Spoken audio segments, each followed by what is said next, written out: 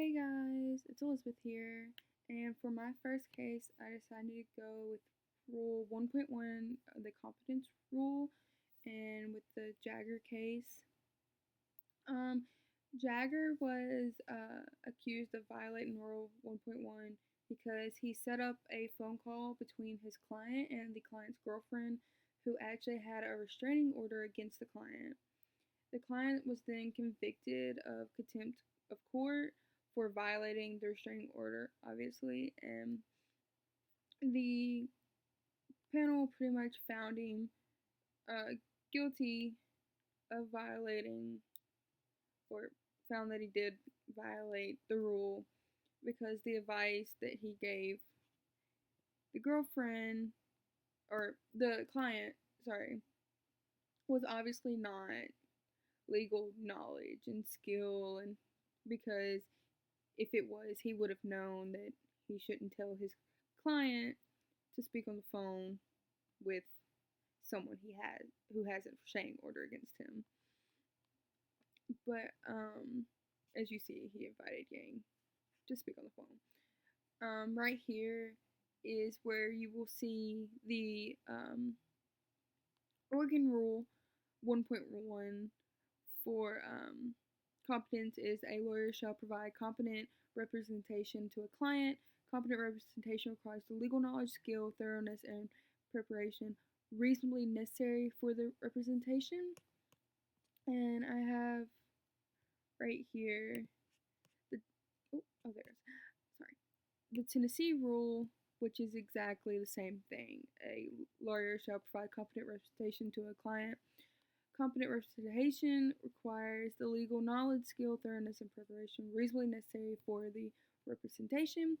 And right here, you'll see reasonably necessary, and reasonably actually is in Rule 1.1 terminology. You have it right here, and it's when used in relation to conduct by a lawyer denotes the conduct of reasonably prudent and competent lawyer. So there were like no mitigating circumstances in this case. As you see, let me go back down. The rules are the exact same, so like he would have been it would have been the same circumstances in Tennessee. He ended up with a 90-day suspension from the practice of law. So it would have been, I believe that it would have been the same exact thing if it had happened in Tennessee. For my second case, I picked I don't even know, I'm sorry. It's right here, the Harrison case, Rule 2.1, the candid advice. Harrison was representing a client and her children for injuries caused by an automobile accident. And over the 4 years that he had them as clients, he only had 3 meetings with the clients, and the client had to initiate all contact regarding her case. But within 3 months of being, or of agreeing to represent her and her children, Harrison found out that his client's doctor did not believe that the client's injuries were caused by the accident. However, he didn't share this information with her. Instead, just kept telling her that he was working on it, and that even told her at one point it was on the docket. However, he never filed a lawsuit because, in his words, he thought they would be laughed out of court.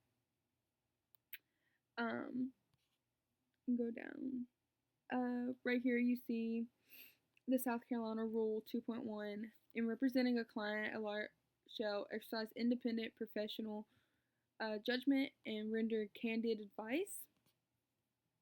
And let's go right back here. I'm going to go up here and type 2.1. Oh, it did not. Okay. I guess we're going to, oh, here. Right here. Sorry. You see, the Tennessee is the same thing. In representing a client, a lawyer shall exercise independent professional judgment and render candid advice. So, even if the facts were in this Tennessee, like if this case had happened in Tennessee, I believe that he would have still been found that he had violated the rule.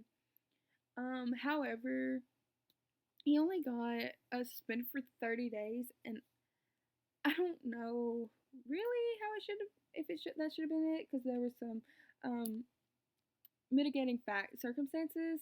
He had already had 2 prior private reprimands and a letter of caution for other misconduct that didn't pertain to this, and he also had a 90-day suspension already for not paying state income taxes. So I'm not sure if he would have just got 30 days. Like, I can't really tell you that. But if it was just these facts, I believe that he still would get all the same thing because Tennessee's rule is the same as South Carolina's rule. So, there you go. Thanks, guys.